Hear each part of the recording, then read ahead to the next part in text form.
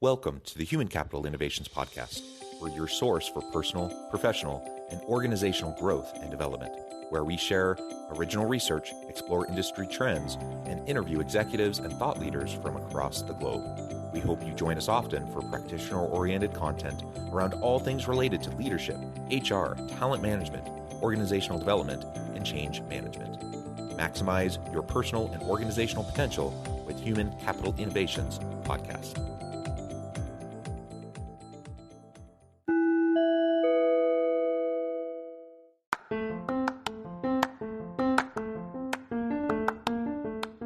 Do you enjoy the Human Capital Innovations Podcast? Enjoy ad-free listening by going to the Patreon page, and please consider contributing even at the producer or sponsorship level. And please leave a review. Thank you for your support.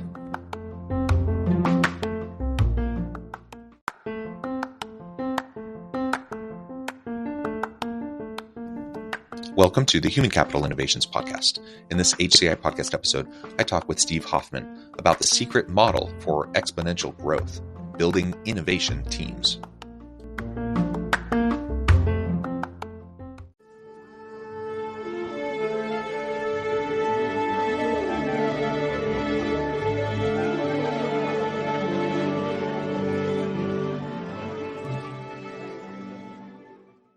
Steve Hoffman, welcome to the Human Capital Innovations Podcast. John, it's fantastic to be here. It is great to be with you. You're joining us from the Bay Area in California. I'm south of Salt Lake City in Utah. And today we're going to be talking about innovation. We're going to be talking about the secret model for exponential growth and focusing on building ecosystems rather than products. And we're going to be doing that from an innovation team kind of perspective and framing. As we get started, I wanted to share Steve's bio with everybody. Steve Hoffman, or Captain Hoff, is the chairman and CEO of Founderspace, a global innovation hub for entrepreneurs, corporations, and investors with over 50 partners in 22 countries. He is also a venture investor, founder of 3 venture-backed and 2 bootstrap startups, and author of several award-winning books. These include Make Elephants Fly, Surviving a Startup, and The 5 Forces. And I could go on and on and on with your bio and your background, but I'm going to pause there, give you a chance now to share anything else about yourself, and then we'll launch on into the conversation. Sure, John. I work with startups all over the world. So I see the teams, how they run, how they operate. I work with hundreds of startups. And every time I go deep with a startup, I notice the areas where they're deficient, where they're not really performing at their peak, and areas where they really excel, which startups take off, which startups overcome the obstacles. And those are the type of things I like to share with people. So I hope to talk about that today. Perfect. I think that's wonderful. And of course, you're in one of those hub spaces for startups and entrepreneurial activity, especially tech sector, but all sorts of things. So I really appreciate you taking the time to share your insights with me and my audience. Now, I know you talk about the ideas, and you talk about why ideas don't matter so much. What do you mean by that? Most people, when they think about a new startup or an entrepreneurial endeavor, they think they need to have, this amazing idea to get going. So what do you mean by that? Yes, most of us think, I can't do a startup. I can't start my own business, especially in the tech sector where you're supposed to break through and conquer the world and change everything. I can't do that unless I have an epiphany, like some amazing idea. But honestly, the idea doesn't matter. Especially at the beginning. Eventually, whatever you're doing does matter, the idea. But at the beginning, I will tell you what matters. And this is what I tell entrepreneurs or anybody, if you're in a large corporation and you want to reinvent your business, innovate, start a new business idea, don't focus on the idea itself. Focus on the people. I tell entrepreneurs, spend 80% of your time upfront finding the right people. And I'm not talking about good people. I'm not talking about competent people, because good and competent people will build good and reasonable products and services. But those products are already out there. There's already competitors probably doing whatever you want to do. So if you're coming in with good, you've already lost as a startup. If you're going to break through, you have to do something exceptional. And that means you need exceptional people from the get-go.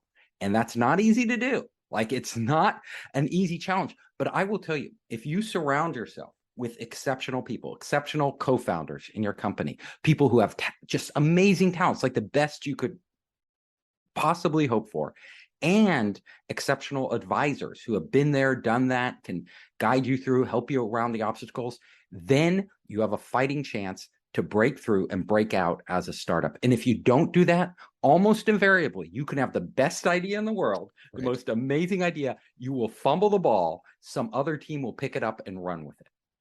Yeah, that's a really, really great point. Now, it's great if you have that epiphany. It's great if you have that earth-shattering, mind-bending idea, that entirely new way of looking at a problem and with a creative solution. But that alone won't actually get you to the finish line. Like, implementation is so hard, and starting a business, running a business is all about the people. And so that's honestly where so many founders get caught up. I see it all the time here. We're not a Silicon Valley kind of location, but here in the tech corridor in Salt Lake City, which has been dubbed Silicon Slopes, we're also a hotbed for entrepreneurial activity and tech activity, and a lot of big firms has started here, and unicorns and such. We have that kind of an ecosystem here as well, and you see the same problems happen again and again and again, and it's because people have a good idea, or they think they have a good idea, but they don't invest that 80% or even 50% or even 25% into the people.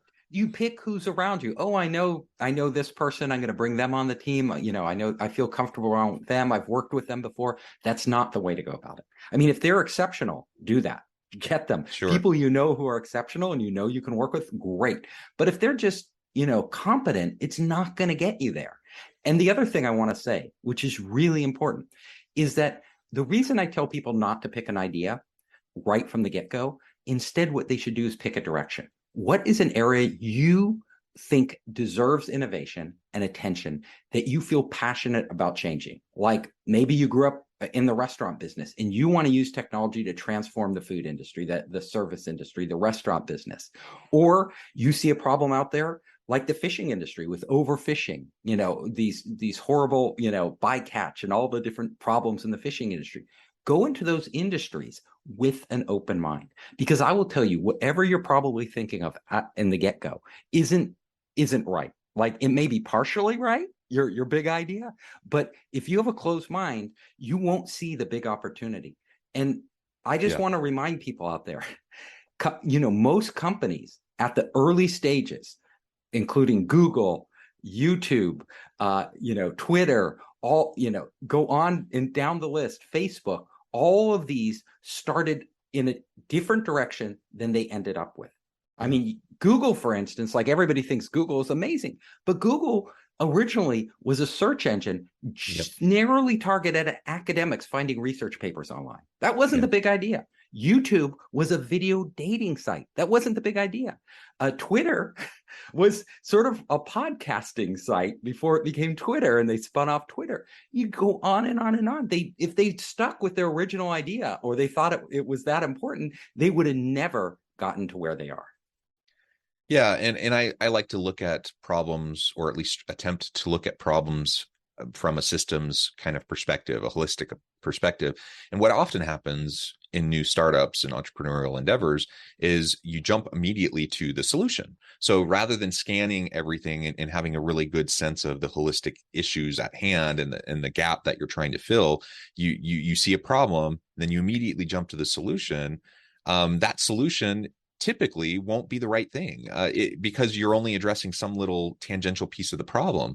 And I think that gets back to exactly what you were just describing, that it might be part of the issue and it might be a partial solution, but in isolation, it's not really going to do much of anything.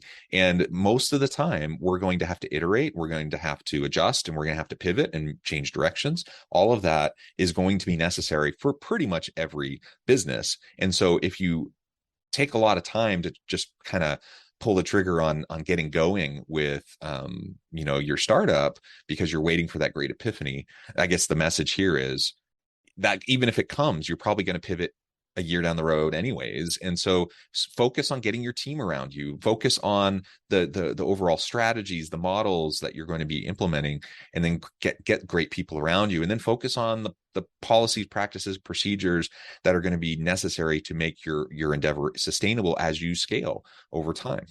Right. And the other thing that's really important to remember is it doesn't have to be your idea. Like a lot of entrepreneurs think, because they are the founder, the CEO, that it has to be their idea for them to even do it.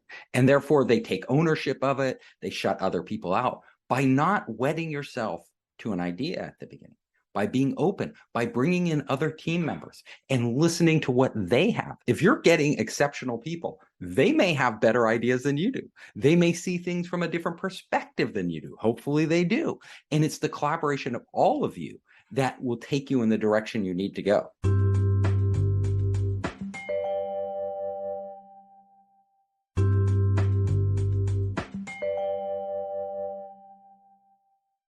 Do not make the mistake of owning the idea. And I'll give you a few examples. Can I just say to that point, yeah, what you're describing is you're making it all about you. It's all about your ego. It's all about your idea, you being able to make your mark, your legacy. That's not a sustainable approach to a successful business to bring value to the marketplace. So exactly, bring in diverse ideas through great people that you surround yourself with. Have some intellectual humility and set your ego aside so that you can actually, create something really cool. So anyways, you have some good examples.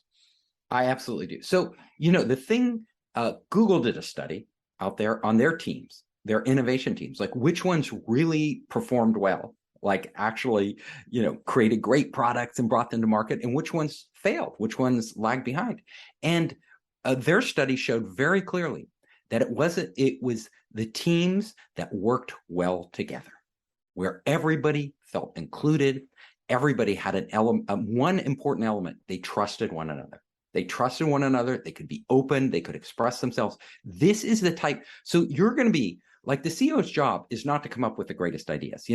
Elon Musk did not come up with the idea for Tesla. Like, everybody gives him credit for it now because he's done an amazing job of growing that company, but it was somebody else's startup.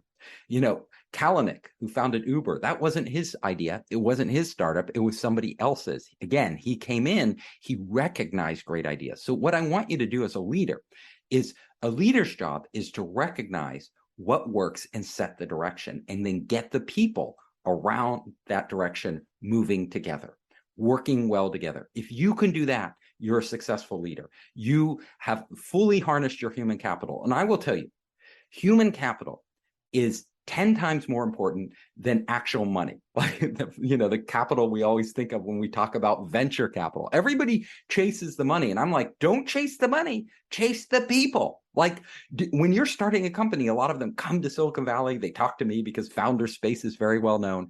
And they come to me and they're like, God, introduce me to investors. Introduce me to investors. I'm like, introduce me to your team. Like, introduce me to the people who are going to make this company.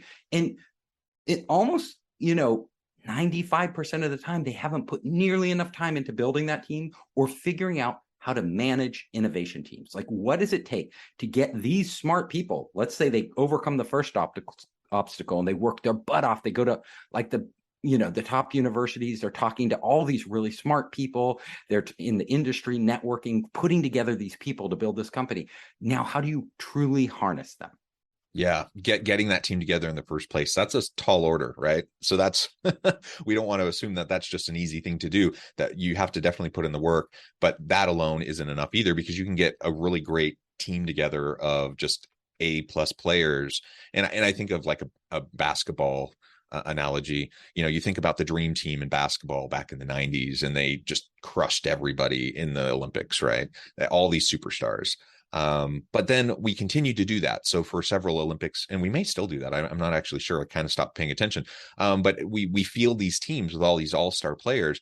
And then it was somewhere, maybe 2004 Olympics or somewhere around there, we had an all-star team of just the best players from the NBA, and they lost. I think they got the bronze medal instead of the gold medal, and everyone was shocked.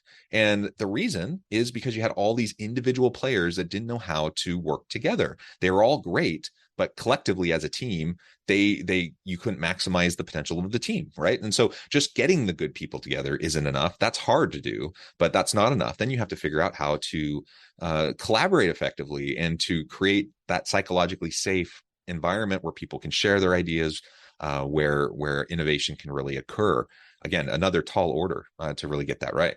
Yeah, so I have some rules around managing innovation teams because it's really, really important. So I write about this in my book, Make Elephants Fly. Like, how do you get innovation teams and really get them working?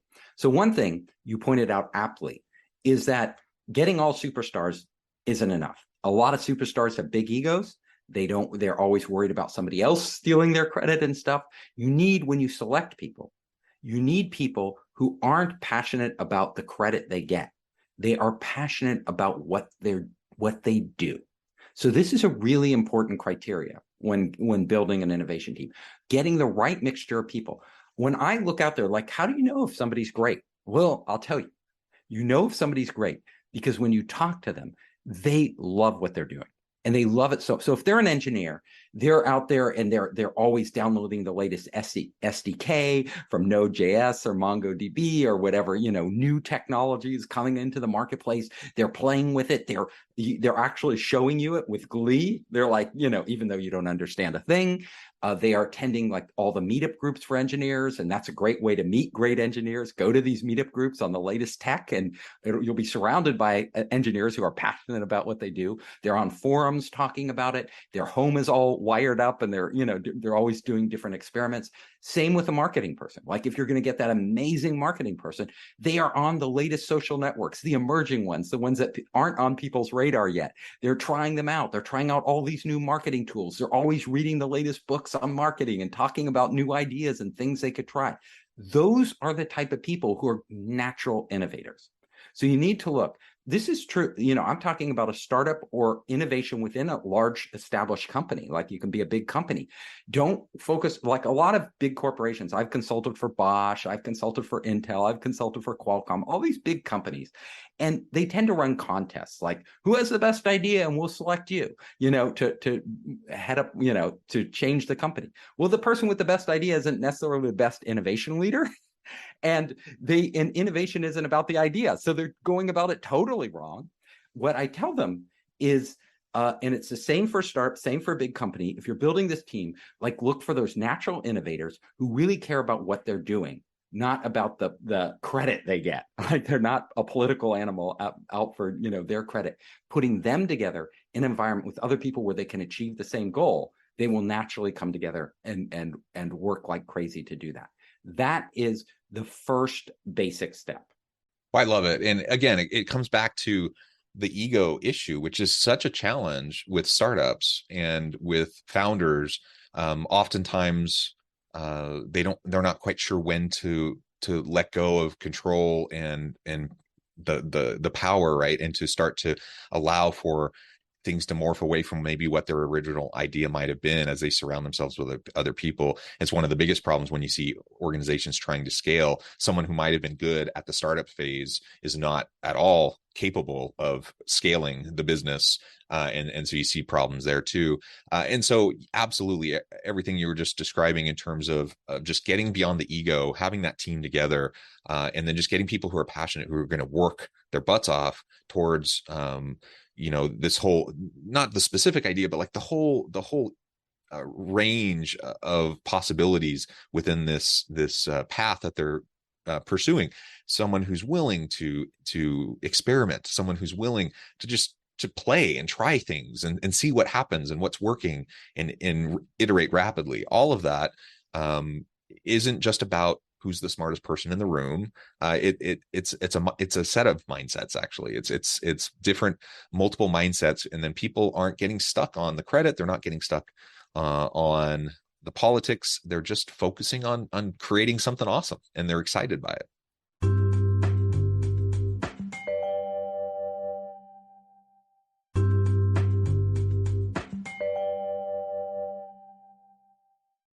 Absolutely. And I'm going to give your audience a tip now.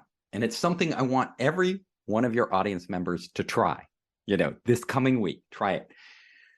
First of all, what you want to do is you don't want it to be these isolated brains working separately to solve the problem. You want to get people working together, right? As a team, thinking, which means what I want you to do is try for 1 week, and this is hard, to, as a manager, to go into your company, whether it's large, medium, or small size, whether your team is small or giant. I want you to go in and try not to tell a single one of your reports, the people who report to you, what to do. You don't tell them what to do. Like most of us, like the first thing we go in, we like, you should be doing this and you should be doing that. And don't focus on that right now. That's not important. This is our priority. Our managers think that's their job. But if you want to really get your team innovating, if you want to have your team not act like robots and just follow what you tell them to do, try asking them, don't tell. It's my ask, don't tell rule. So you go into work and for the entire week, and you don't tell a single person what to do. Instead, you go up to all your different people and you say, Frank, what do you think should be the priority this week? What do you think we should be working on? What did you just do? Well, what you just did to Frank was you put Frank in a position where they have to think about this. What should my priority be? My boss isn't telling me. What should I think? What I think is so important. First of all, Frank may come up with idea that you didn't even think about, that is actually more important than what you were about to tell Frank to work on. Now, let's say Frank comes back to you and says something that you don't think is important. Well, you could say, instead of saying, no, Frank, focus on this. I was just asking you, but I really want you to focus on this. Instead of saying that, you say, oh, Frank, why do you think this is more important than that? So ask them again, have them think it, because Frank may have a good reason why X is more important than Y you should be focused on. Having that type of conversation. Frank, how do you think we could speed things up? How do you think we could get to that result faster? Whoa, instead of telling Frank, I want you to move up the deadline, then they feel like, wow, my boss is pressuring me to move up the deadline. My boss doesn't even understand how much work this is. You're asking Frank, how do you think they can do it? And then Frank is buy-in, and then Frank has to think about, is there a way to move this up? If you're producing an event or something, and you've produced 100 events before, and you know exactly how to produce a great event, instead of doing it, go up to your employees. Sally, we're going to be doing an event. What do you think we could do to make this an event exceptional? What do you think we can do to make our clients, when they come to this event, talk about it to everybody? Boom. All of a sudden, Sally owns the event. You aren't saying, Sally, go produce the event, get X, Y, and Z done. We need it by Thursday, blah, blah, blah. These are the topics. You're asking her. And then this unleashes all the creative, innovative brains in your company and gets them working. And there are problems in your company. Sometimes people aren't communicating, so you say, Marianne, is there a way where you can work, you can talk to Sally and get the communication going better? Do you think there's a way for us to better communicate? Whatever problems you have in your office, you can ask them as questions, and it's a great way to solve those problems. And it's just a more empowering approach, right? People take ownership over their work. They're not waiting around for you to rubber stamp everything, which when that kind of form, even if it's not your intention to micromanage, when that becomes the culture of your team, where they're kind of waiting around for you, and then they know that they're going to say something to you, and then you're just going to kind of come back at them and push back to the point where they're going to have to redo stuff anyways. Guess what? When that happens, most people start to kind of do the minimum before ever taking it to you in the first place, because they just know you're going to, have them revise stuff, and you're not going to get their best work, right? So just empowering people by asking questions, that is such a genius thing to focus on. But it's a bit counterintuitive. It's certainly not consistent with kind of the mindset and the norms that a lot of people think are attached to leadership.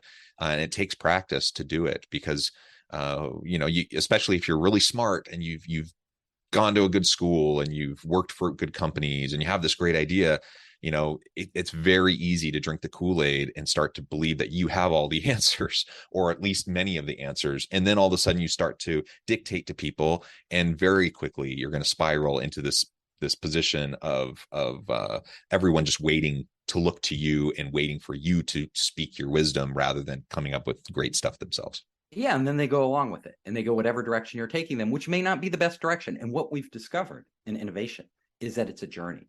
If you already knew how to get there, if you knew that breakthrough, amazing, thing you should be building, somebody probably would have done it. It's not that simple. Usually these ideas come out from an interplay between your team and then the customer.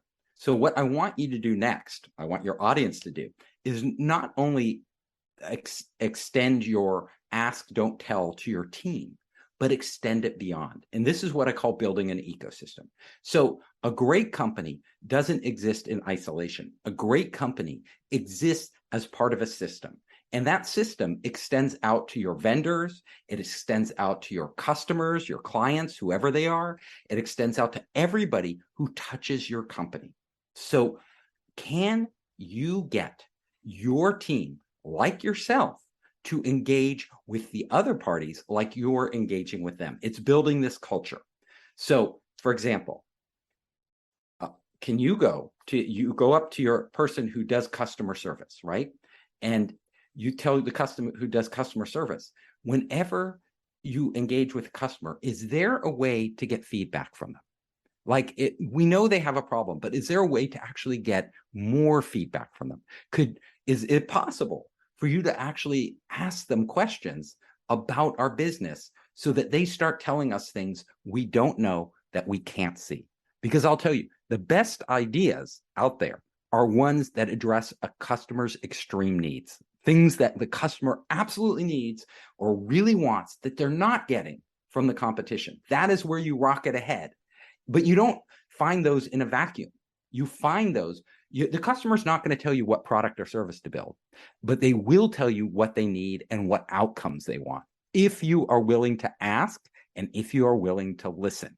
So every person that touches your customers, whether it's customer service, whether it's sales, whoever it is that's going face-to-face or even on the phone or on Zoom calls with those customers, they should be engaged in more asking and listening than they are in selling or problem solving, right? They can do that. Like if you're a salesperson, yeah, you want to sell. If you're a customer support, you want to solve the problem and move on to the next one, but you're missing out on a huge opportunity there.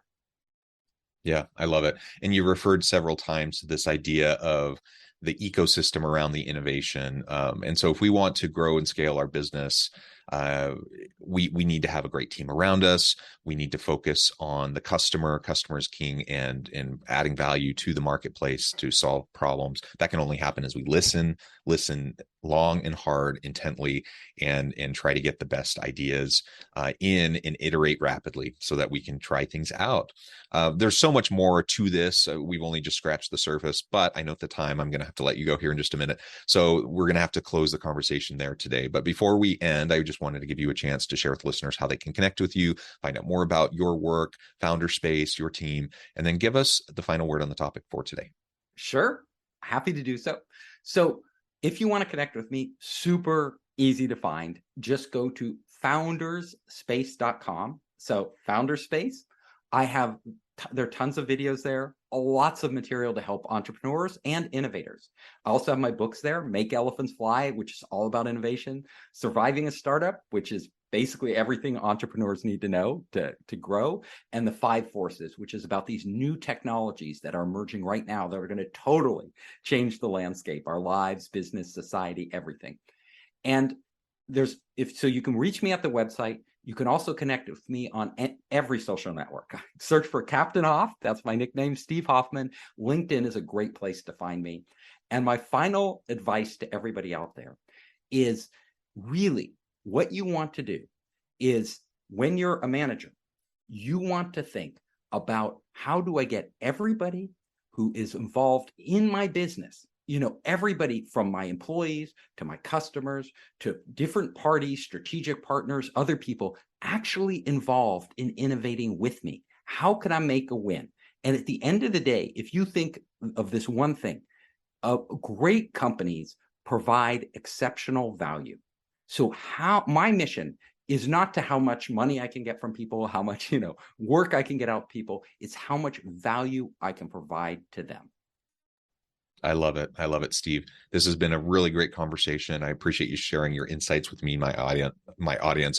I encourage everyone to reach out, to get connected with Steve, check out his books, check out Founders Space. And as always, I hope everyone can stay healthy and safe, that you can find meaning and purpose at work each and every day. And I hope you all have a great week.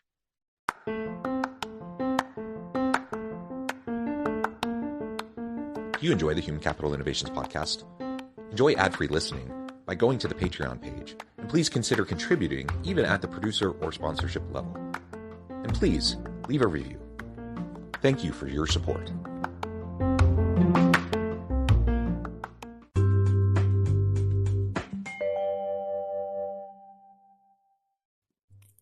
Thanks again for joining us for this episode of the Human Capital Innovations podcast. I hope you stay healthy and safe and that you have a great week.